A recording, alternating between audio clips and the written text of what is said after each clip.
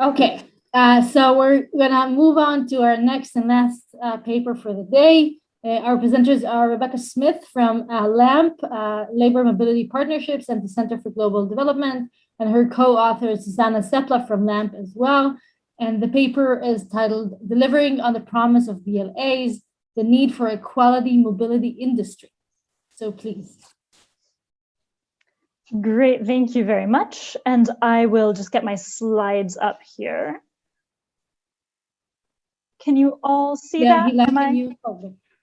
I think I might have just been able to anyways. Is that working? Yeah. Great, fantastic. Well, thank you so much for inviting us. It's wonderful to be here with all of you today.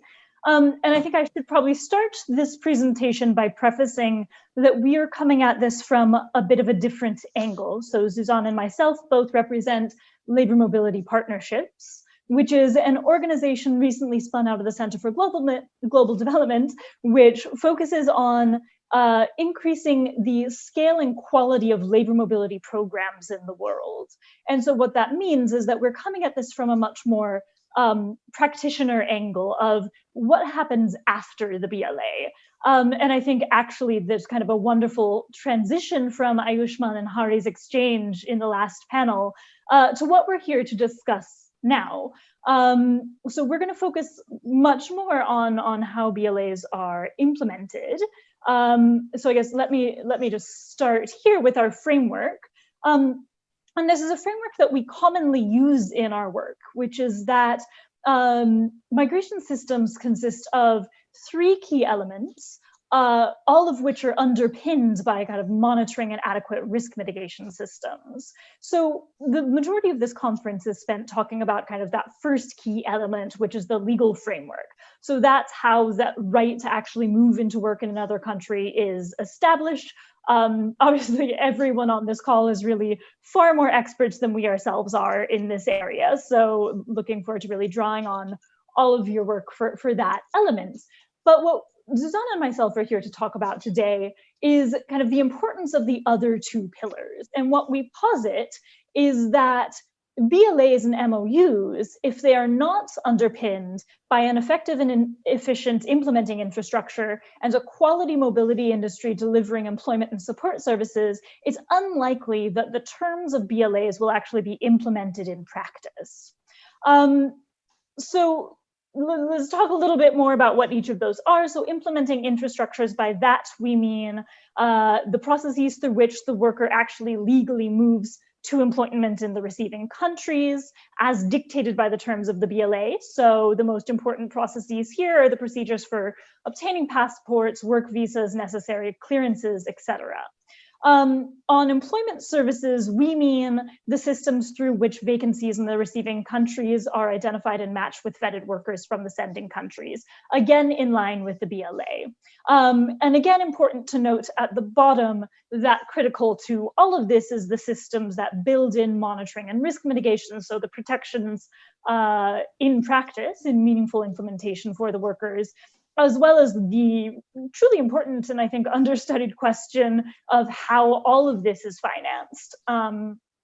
Anyways, which we will not dig into today, but I would flag as an important area for consideration. Now, before I move on, just flagging that these are the fundamental core of migration systems. There's plenty of other important elements. One that comes to mind is, of course, the skilling mechanisms, etc., remittance mechanisms. So there's plenty of other important systems, but what we want to focus in on are what absolutely is essential to have in place for a worker from one country to move into a job in another country. And that's what we're kind of here to talk about today. So I want to kick us off by talking about what goes wrong when there's a disconnect between the BLA or the legal agreement and that implementing infrastructure and the employment services. So we can break it down into kind of three different buckets of problems. So the first that's been mentioned several times today is irregularity. And in fact, this was just mentioned in the last panel. So again, a perfect transition. So when the legal framework is not paired with an effective and efficient implementing infrastructure, it results in high time and cost burdens, which incentivize irregular migration. Now, this is exactly what Ayushman was just telling us. So if it is either cheaper from a pure monetary or a time burden lens for a worker to move irregularly, pretty much all evidence shows us that that's precisely what they're going to do. We were recently working, for example, in Ethiopia, which has 14 documents in its migration process, only 8 of which are even widely recognized between all of the actors. Each of these steps has a 2 to 3 month delay. And of course, the kind of inevitable outcome of that is that they have very high irregular migration, and roughly 40% of documents from Ethiopian migrants are estimated to be falsified. This dynamic plays out in so many other contexts. In Myanmar, for example, similar redundancies in their labor sending systems in terms of having many manual stages, slow processing, many different implementing agencies have been shown to contribute to the prevalence of irregular migration. The second bucket of problems would be that of access. So in thinking about the goals of BLAs, as was mentioned, I believe in the last panel, the key one is moving workers into jobs, addressing labor market shortages. Though we might also think of other goals as being reinforcing cooperation to stem irregular migration, or in some rarer cases, maximizing the development potential of labor flows. So access is, of course, a very key goal of BLAs and MOUs, and yet without an effective implementing infrastructure and employment services, what we see is that workers in practice don't actually move through the corridor created. I, for example, spent a long time working in Afghanistan, which had at that point for roughly a decade an MOU with Qatar. They expected somewhere in the 20 to 25,000 workers to move through that corridor. That's what had been discussed at the time of the BLA negotiations. As of 2018, there had been fewer than 100 that had moved. Similarly, you can see this in conversations right now around the Northern Triangle, where there are active discussions between the governments on bilateral cooperation of workers from the Northern Triangle into jobs in the United States. However, there's a disconnect there between the interests of employers who want to keep hiring from recruitment agencies that they have pre-existing relationships with in Mexico. So established employment services, and this can be a particular challenge for new sending countries. And finally, the question of quality, and I think this is probably one where we have the most kind of shared understanding and familiarity.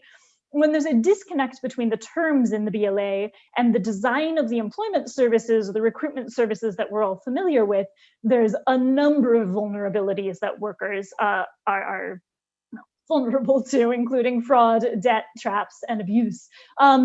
We could, I think, pull this from almost any corridor. The example I've put there is that of Nepal, which has been lauded by the ILO for including considerations around quality recruitment services directly into its BLAs. And yet what we see in practice is that migration from Nepal does not look much different from many other sending countries. Workers are still spending thousands in fees and reporting high levels of abuse. So this is kind of how we're positing the problem. We hypothesize that a well-designed quality mobility industry could be key to answering some of these disconnects between the legal framework and the effective implementing infrastructure and the employment services. And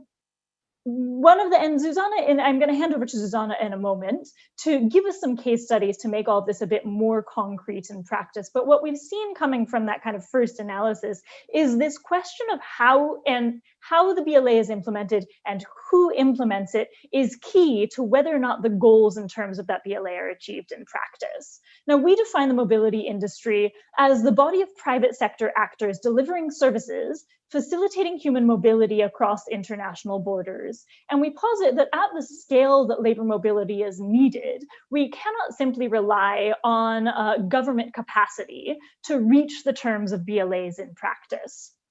Further, we define a good quality mobility industry, which is a key differentiator from many of the private sector actors out there today, as one in which A, there are minimum standards around the core rights of workers that are implemented in practice.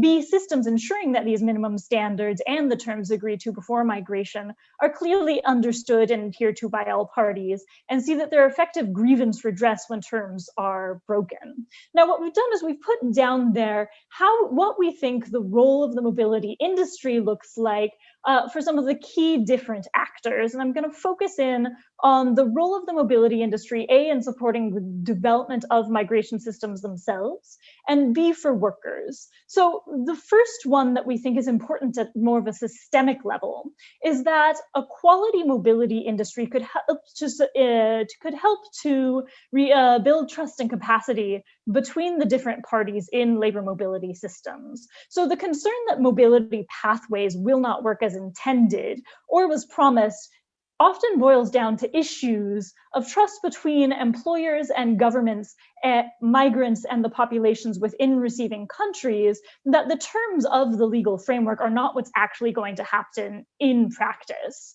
A lot of this trust boils down to the belief that governments are not actually going to be able to implement the terms of what they agreed to. And frankly, we've seen that play out many times in practice. So what a lot of the literature around the mobility industry identifies it as frequently stepping in to augment the role of the state, the capacity of the state, when the state itself is not able to deliver on various terms.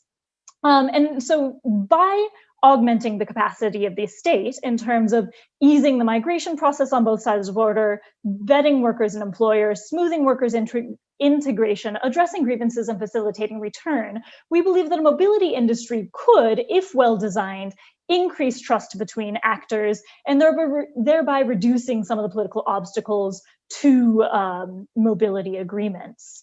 For workers, we see that a quality mobility industry is key to overcoming barriers relating to accessing quality. So I told you about those examples of Afghanistan and Guatemala, where especially within new corridors, workers were not able to move through the corridor because there wasn't an adequate system supporting them to actually find jobs in the destination country.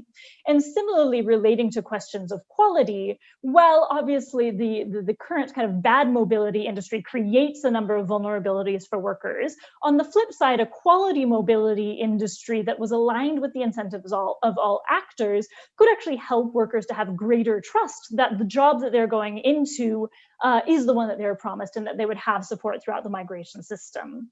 And lastly, turning good practice into good policy. Every element, as we've seen throughout this entire conference, of labor mobility systems contains a myriad of technical questions that are actually very poorly documented today. We're just kind of scratching the surface of BLAs as we kind of speak in this conference. And then there's, as we've said, everything that comes after that we have really very little knowledge on. An underrated role of industry actors is that they're the closest ones to the migration process and experience, working directly with workers, and in doing so can actually build a body of knowledge that could then inform policy. This is something like what I was alluding to earlier in my respondent remarks of perhaps working within existing policies and improving the outcomes through better implementation can actually create this virtuous feedback loop in which we actually improve future policies. So with that, I'm going to hand it over to my colleague Zuzana, who's going to run through a few different case studies and tell us what this has looked like in practice in 3 different countries. And so actually, if I just may intervene, you're actually out of time. So if Zuzana could do it very quickly and maybe not. I'm so sorry, my apologies. Yeah. Okay. So that we have time for comments. No problem. I will try my best. Just stop me wherever we really need to stop. So thank you so much, Rebecca. As was mentioned, we explore 3 particular case studies. The first one is on the Korea's employment permit system, which is managed entirely on a government-to-government basis and underpinned by MOUs between Korea and the Ministry of Labor in each country of origin. In the case study, we mapped that there are really some successes, through this EPS approach to BLA implementation, But at the same time, this approach to implementation also has its share of challenges and may not be appropriate for some contexts, because the model depends heavily on the capacity of government institutions on both sides of the corridor, and would not be successful in the absence of an existing strong public implement service, which is the case in many sending and receiving countries. So in summary, we think that the purely public intermediation systems generally do not reach the same scale in terms of migrant flows as systems which have a role for private sectors. Now, the second case study is on the Japan Specified Skills Visa. And this program was established to close, or to help Japan close its workforce gap. While the estimates projected between 33,000 to 47,000 foreign-born workers to come within the first year of the program's existence, as of August 2020, only 7,500 workers had moved through the program, even though Japan already signed 12 MOUs towards establishing SSVs by the end of 2019. So as we shown in the case study, in this particular case, the absence of clear employment services and infrastructure seems to be undermining implementation of the MOUs and the program in general. And then the third case study is— If I could ask you to wrap up, Susanna. Yes, let me just finish with this one. The US-Mexico corridor. And I will just say that despite the fact that it's the largest migration corridor in the world, it is not governed by BLA. And so in this case study, we focus on a nonprofit organization called CRTO, which is one of the few recruitment providers that reliably supplies agricultural workers in North America through ethical recruitment practices in Mexico, and provides a number of services typically provided by public actors in the G2G model. So because CRTO spans the entire migration pathway, it fills in the coordination vacuum in absence of a BLA. And then I know I need to wrap up, so let me just jump very quickly, Rebecca, if you could, to the last slide, where I will just say that we, as an organization, propose some targeted steps towards facilitating the provision of public goods that would help establish the quality mobility industry. And we basically believe that we need to first demonstrate that good practice is possible at scalable level. Once that happens, it's going to generate evidence of profitability and feasibility, and at the end lead to transfer labor mobility industry, creating opportunities, options, overall positive outcomes for workers. And last point of our paper is that we suggest that there may be a need for an association that connects actors working on labor mobility and plays a meaningful role, harnessing cooperation and ensuring minimum standards, and thus overall create a race to the top. So let me just pause there. I know I was rushing through my notes. Thank you so much. Thank you, Rebecca, and thank you, Susanna. And our discussant today is Jennifer Gordon from Fordham University. Please, Jennifer. Thank you. So thank you for the paper. I really appreciated the chance to get a better understanding of the model that you're proposing and trying to implement in the world. And I should say that my response grows from 30 years, many of them as a practitioner. So I meet you on that ground, working to advance low-wage migrant workers' rights, both during recruitment and on the job. And so my focus in my remarks is on achieving effective on-the-job protections for migrants as a part of a quality mobility system. And I have one preliminary question about that, which is about the content of what you're proposing. With regard to workers' rights in the paper, you say that there are core migrant rights, meaning workers' rights, that a good mobility industry would protect, and you distinguish them from what you call a comprehensive set of rights, which it would not. It would be very helpful to know, in looking at the model, what are those core rights in your view, especially regarding pay for migrants and treatment on the job, the actual conditions of work. Or to frame this somewhat differently, I have heard you endorse Martin Rue's view that there's a trade-off between rights and access to migration. opportunities. And I'm wondering what labor rights you think it's reasonable to give up in order to gain greater mobility. And assuming that you can identify a set of rights that you would protect, it would be helpful to know how in concrete terms your model would advance them. Now, in the paper, your answer to this seems central to what you describe as the business case for a good quality mobility industry. Meaning, if I understand you right, the market viability of a private sector model without public or foundation funding. But the idea of a business case and your approach in the paper of addressing flaws in the migration system as a technical issue rather than structural issues leads me to reflect on the larger context in which any migration model is embedded. And that, of course, as you know, is one of vast inequality of wealth and power between countries and also between lead firms, suppliers, and workers in the supply chains that move capital, goods, and people around the world.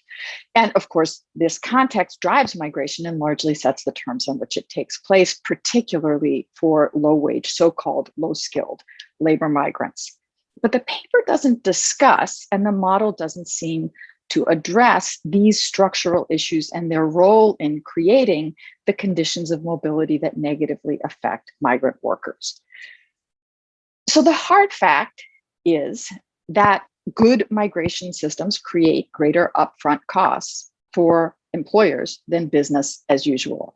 And this is especially true when we're talking about protection of a meaningful set of migrant workers' rights. Workers with real rights on the job, to fair pay, to health and safety protections, to decent housing, and so on, are more expensive than workers without them. And ensuring that workers actually get those rights is not a technical problem. It's a problem of structure and power. But the idea of a business case implies that employers will voluntarily choose to take on the cost themselves once they're persuaded of the benefits of a good mobility model,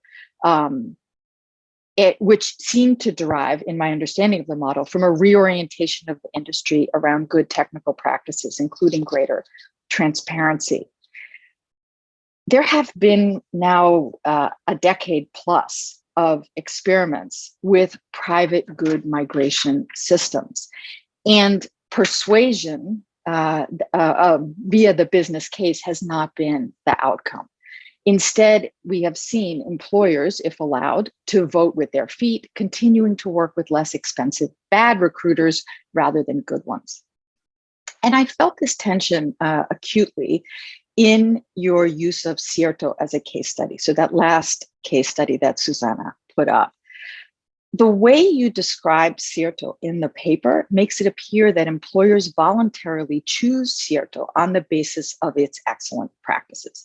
That's the business case. But in fact, it's the opposite. So I should say, I know Cierto well. I've been in conversation with its creators and its staff since it was founded. Cierto was founded by the United Farm Workers Union and is backed by the threat of United Farm Workers action. Rights on the job are central to its focus, and migrant workers are key actors in deciding what rights participating employers must respect and in monitoring to ensure compliance. The farms that use Cierto did not freely choose to do so. Rather, the United Farm Workers changed the structural landscape, so those farms had to use Cierto as their recruiter in order to be able to sell their products to lead actors in the supply chain: Costco, Andrews and Williamson, Bon Appetit, and others. That is why there are firms using Cierto. And here again, it's not best practices in some technical sense, but the exertion of economic power by key actors in a supply chain, including workers and their union, that is driving the choice to use a good recruiter. So as this fuller story about Cierto illustrates, from the perspective of migrant workers, creating a good quality mobility industry is about the structural changes that are necessary to make respect for workers' rights viable. And this requires an intervention that changes the baseline structural terms, incentivizing employers to choose a good recruiter over a bad one. This can begin with, but cannot end with, a shift in the background rules that are intended to drive employers to the good recruiter. Government to government mandates are one. There are others. You could have a change in the law that creates a liability regime that makes the employer responsible on a blanket basis for all recruitment abuses. You could have a private model where under pressure, a lead actor in the supply chain mandates use of the recruiter. You could have a hybrid. But a change in the rules alone is not enough. For there to actually be an improvement in labor conditions for migrant workers, there has to be bottom-up engagement by migrants and the unions and organizations that represent them, independent and systematic monitoring, and meaningful economic consequences for violations regularly applied. When these things are in place, it drives employers toward good recruiters. And the good recruiter suddenly starts to look appealing, not because technical problems and mismatches and failures of transparency have been addressed, or because employers are somehow persuaded by the business case for treating migrants well, but because the underlying structure and therefore the cost of continuing with business as usual has changed. So in the interest of time, I'll end there. And I look forward to your response and to hearing other people's comments. Yeah, thank you so much. And this is a wonderful set of comments. We really appreciate it. And like your expertise and experience with dealing with these problems as practice is just very clearly shining through. So I have tons of follow-up questions I'd love to kind of sidebar with you at some point. But responding for the moment, I think let me start by saying that I think you're exactly right about needing to kind of restructure the economic landscape and the economic power in which all these players are operating. I would personally posit that changing incentives is a technical issue, or at least can be a technical issue. One example of this is you talk about economic incentives for employers, and I think that's a great example of a way to do this.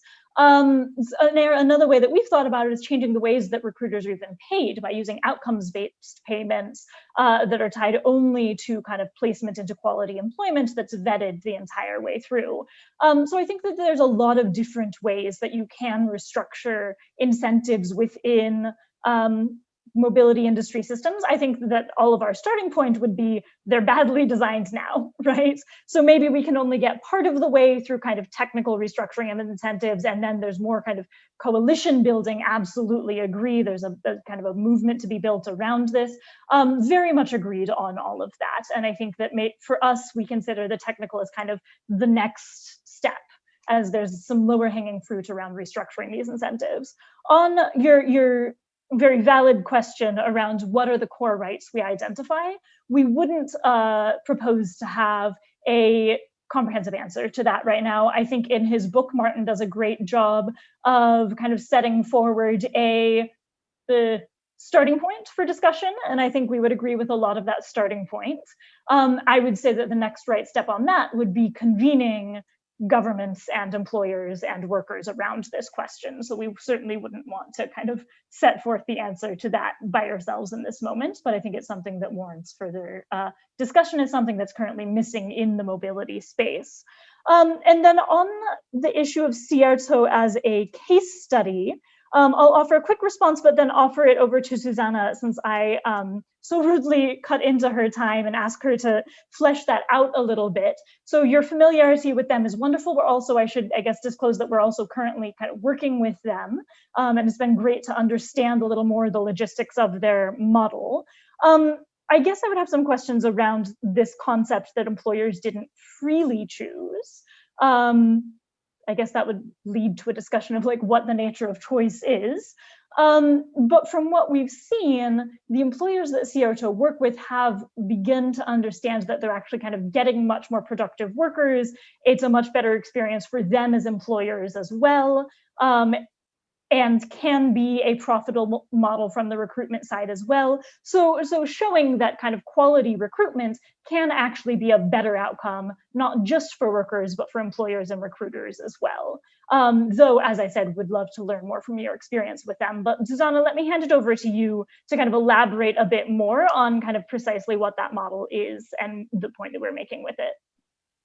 Sure. I think that the summary that you just provided was really good, but I will just say on top of that, that basically, what CRTO does is that CRTO works in the United States and in Mexico in communities, which basically creates this like a very unique model of one organization providing services and helping the workers all the way from the beginning to the end of the process.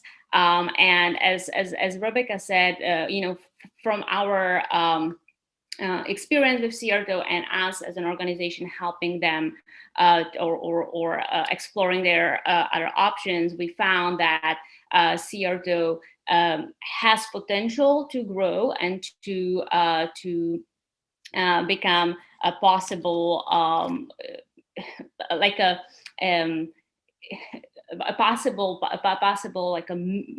recruitment or example of a good of a bigger and good example of a recruitment practices within the corridor. And basically right now what it does, it provides a number of services that are typically provided by public actors in the G2G model, and works to create an integrated experience for employers and workers, as I already mentioned. And basically, as I said already during my remarks, it fills the coordination vacuum in absence of BLA, and we really think that the possible for growth is a signal that there is a possibility for a growth of a good and quality labor mobility industry, and CRTO is an example of it.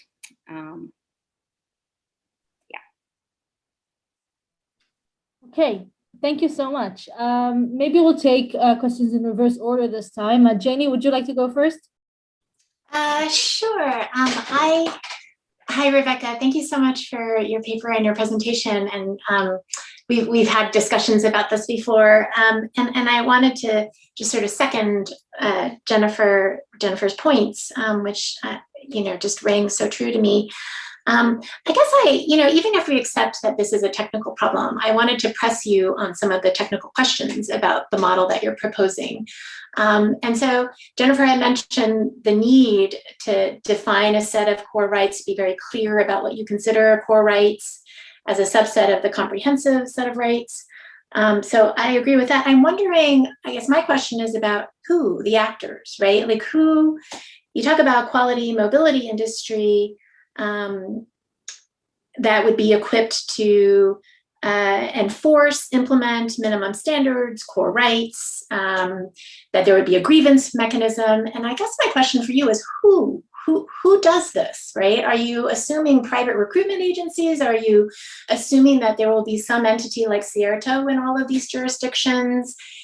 And if that is the case, then maybe part of your model is greater and intentional embrace of worker-driven social responsibility models, union-backed models, particularly when it comes to the grievance mechanisms. And I'll just sort of point to IOM, right? IOM has this international recruitment integrity system, and it's set up this elaborate, I mean, this is all in theory because it's not actually implemented quite yet, right? That a certification system to certify recruiters, but that model rests on private enforcement industry, right? There's an entire $80 billion industry that engages in certification of,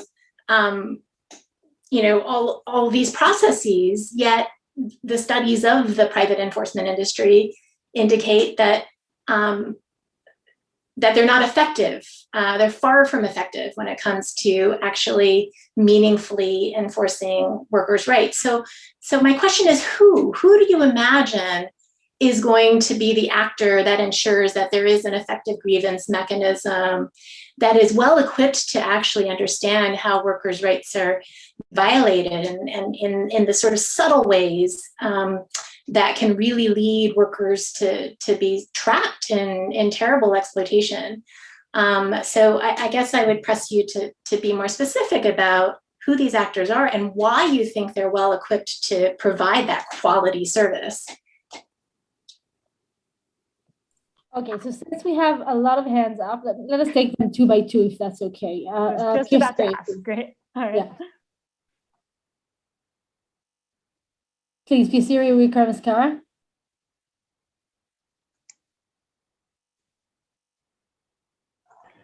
Did you call me? Yeah. Yes. Yeah, actually, sorry. Oh, I have a bit of crisis with my sound system, but I hope it is working. Yes, thank you very much for a very clear presentation. And also, Jennifer also actually touched on some of the areas I wanted to speak about. My first question is actually, because this talk about quality mobility industry, the quality has to be defined in terms of some yardstick, and there's a whole range of normative instruments for this. The ILO Convention 181, C 1889, and also it has developed these general principles and operational guidelines for fair recruitment. And then there is GCM, Objective 6, I think, yeah, which deals with fair recruitment. Like that, there is and the SDG indicator 10.7.1. So there's a whole range of normative instruments, actually, and your discussion is completely disconnected from these developments. Jenny also mentioned this IRIS, the ILO Fair Recruitment Initiative, and then the IOM's IRIS initiative, this kind of thing. There is one point I want to mention. And also there are codes of practice by the World Confederation of Labor Recruitment Agencies. Second point I want to make is, there are several options for hiring workers. The private sector recruitment industry, mobility industry, which you have dealt with, and also Jennifer has also discussed here. And then the second is G2G system, which I have studied in some detail in relation to Korea and also Malaysia and Bangladesh. Malaysian government actually, when we met them, human resources, they have told us they have offered this G2G model to several countries, including Indonesia, to send domestic workers. But apparently, the origin countries don't want that. They are good actually for small numbers.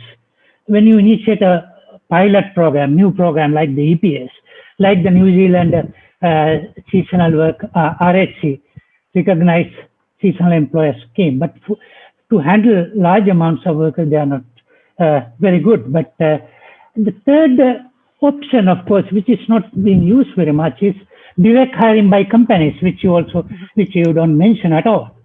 Yes, why don't we allow employers to directly select workers? The snag here is actually when it comes to low-skilled workers, big intermediaries, big companies don't want to touch them.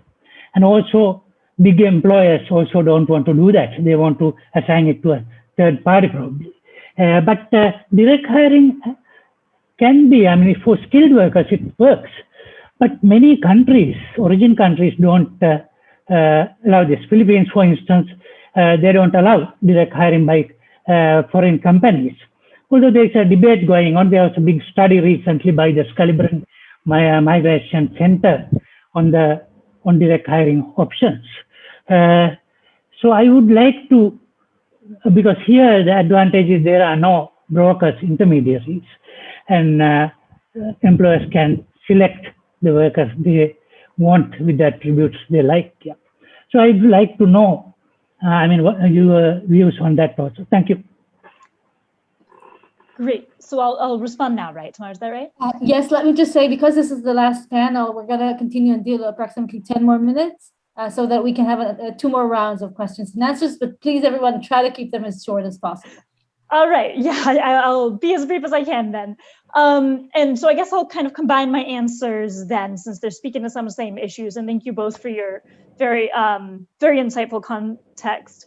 Pierre Siri, I think you're exactly kind of hitting the nail on the head with these different options you've outlined. So the G2G model is what Zuzana was speaking to with the EPS. And you're exactly right that it's been incredibly effective, but for very small numbers of workers. And I'm thinking of, I think, one that you mentioned in Malaysia and Bangladesh that only managed to move kind of a fraction of what it was meant to. We, at least at LAMP, are focused on moving workers at the lower end of the skill spectrum in large scale, looking at kind of the demographic need. And so G2G models, while being very effective, have not been demonstrated to be able to kind of scale easily. Direct hiring, again, you nail it precisely.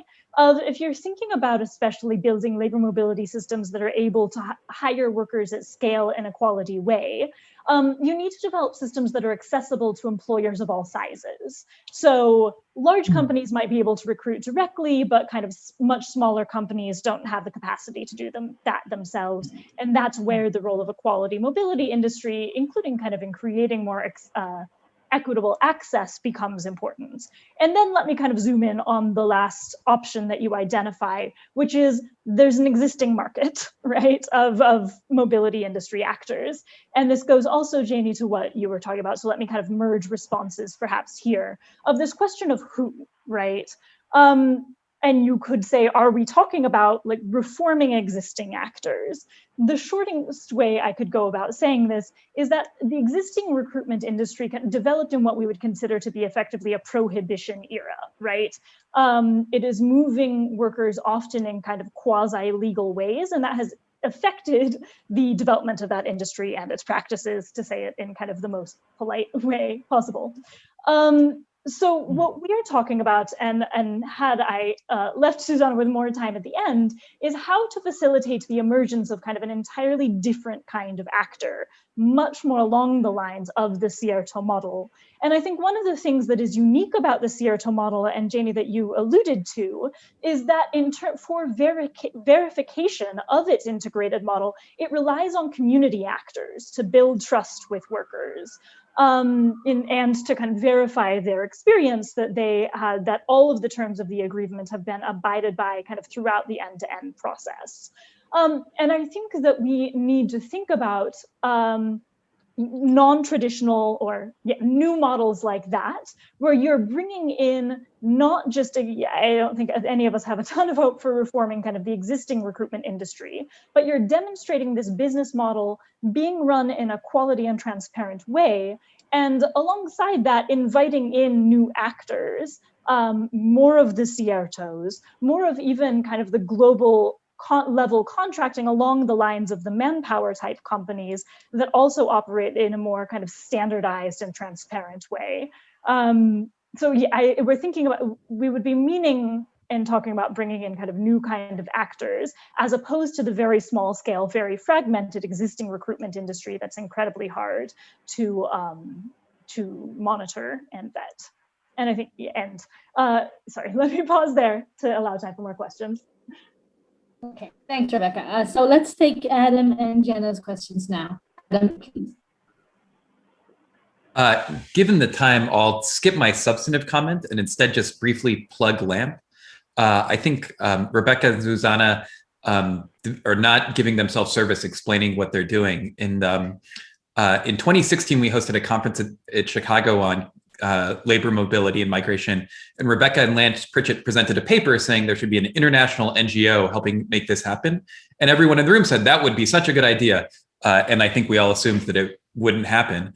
And then 5 years later, there is an international NGO that they have set up that is making this happen. And they launched right before the pandemic, but yet, which is just an incredibly disruptive time for labor migration and work generally. And in the last year, they've been putting on Zoom events, putting out policy reports, starting partnerships, really just doing incredible work. And so I encourage everyone in this room that's interested in migration to look into their events, get involved. both because it's just so important work that they're doing, but also for selfish reasons in that they already have so many leading academics involved in migration working with them and involved. And it's a good way to, I think, the most promising way to translate some of these ideas into actual implementation and policy. Anyway, I'm just so impressed with what these guys have done. Thank you, Adam. Jenna. So thank you. That was very interesting. And I like hearing about all this sort of technical, potentially interesting solutions. And I think the challenge comes, I guess my caveat or concern is when there is a failure or a gap in governance that states and other actors are not stepping up to do, then is the solution to fill that gap in this kind of way? Because I think that's often, what we're seeing. I'm also seeing a blurring of the space that these non-governmental bodies, where you now have the private sector and the unions and the employers all sort of being, I don't know. I feel like the space is getting a little bit crowded. How's that? And Nicola and I did some earlier work on how what would have once been a place for unions and other organizations is now a space where private sector partnerships are stepping in. And I think that this may be another place that another space of that is created by a failure of governance around rights protection in the context of labor and migration. My question, though, was about the blurred spaces, because I think a lot of recruiters are also in connection with or potentially in business with employers. There's a gray area there. There's also a gray area about recruiters being endorsed by states or those being completely outside of the category of states. So there's those that are in that gray area. They're not illegal recruiters, right? I.e., smugglers. But they're somewhere in that gray area, right? And so I think that there's more to be done on really understanding the nature of these entities and how they're connected in and what they do in practice. And your work is certainly helping, I think, lay some of those practices plain. But I guess I would ask a question around what do we do with all those gray areas in all of this? And maybe let's just take the last question as well, and then you can respond to everything else. Maggie, please. Yeah, I also had the question of what is the role for unions, and thinking about, is there a role to create or a way to create or work on international union solidarity through this? And so thinking about specifically take the US, farm workers, United Farm Workers, helping them organize people in Mexico so that both sides of the chain are really covered. Because I think without a strong partner, the migrants just don't have the same leverage. But I just want to say that I think this idea of, migration is going to happen. And my colleague, Ruben Hernandez-Leon, wrote a whole book at UCLA Sociology, wrote a whole book about migrant recruiters in Mexico and kind of how terrible they are. And many people have worked on that here, that this is a great idea to think about the ways to help the recruitment regime. But I just wonder if there also needs to be more on the union organization side of things. And I realize that then that gets really tough because a lot of the sending states are more authoritarian and don't want unions. So. Yeah. Thanks. Rebecca, 1 minute, please. Okay, all fantastic questions, very difficult to respond to in a minute. I think, Maggie, you gave me a great ending point, which is that migration is happening at scale and we should expect it to happen at greater scale. We think that industry support is essential to that and essential to that happening in a good way. So we need to think outside of these gaps in governance about how we can design industry support in a way that is kind of quality. And I'll thank Adam both for his very kind plug of LAMP, and we would love to connect all of you, to connect with all of you on our work outside of this. It's also a great way to flag that we are kind of a year into our operations. So this is our starting point hypothesis. What we're doing now is actually really digging into recruitment models, conversations with buyers, conversations with suppliers in supply chains, to really try and understand where are the leverage points. So what you've heard today are a lot of our starting hypotheses. You've all given us a lot of great feedback that we'll be incorporating not only into our paper, but into our operations as well. And then I'd love to reconvene in, say, 2 to 3 years when we hopefully have much kind of deeper technical answers to a lot of these questions, and hopefully some new ideas to discuss. If I may just very Thank quickly. you so much. Yeah, please. Just elaborate very quickly. I just wanted to point out also, that what we are suggesting is not a quick change. We are not expecting things to change from one day to another, but as Rebecca said, we are gathering all the feedback we can get and see how we can fill this really difficult spot that brings all the parts of the mobility industry together. Right? I think that we all can agree that right now, as the system is, it's not working, and we believe that the way forward is by connecting everybody, communicating what is the right way for workers, as well as for the sending and receiving countries. So I just wanted to point out that our proposal is looking forward rather than what we can do next week or even next month, right? Or maybe even a year. So I just wanted to close with that for more forward-looking perspective, because migration will happen and we will need a quality industry that will help workers to go from their countries to another. So. Terrific. It's been a pleasure to actually wrap up this day with such a lively debate and discussion. And I want to thank everyone for being and for coming back today as well. And we have another really interesting day tomorrow. We will start at 5 Israel time. That is an hour later than we did today. And I look forward to seeing all of you tomorrow. Thank you, and good night or a good day wherever you are on the planet.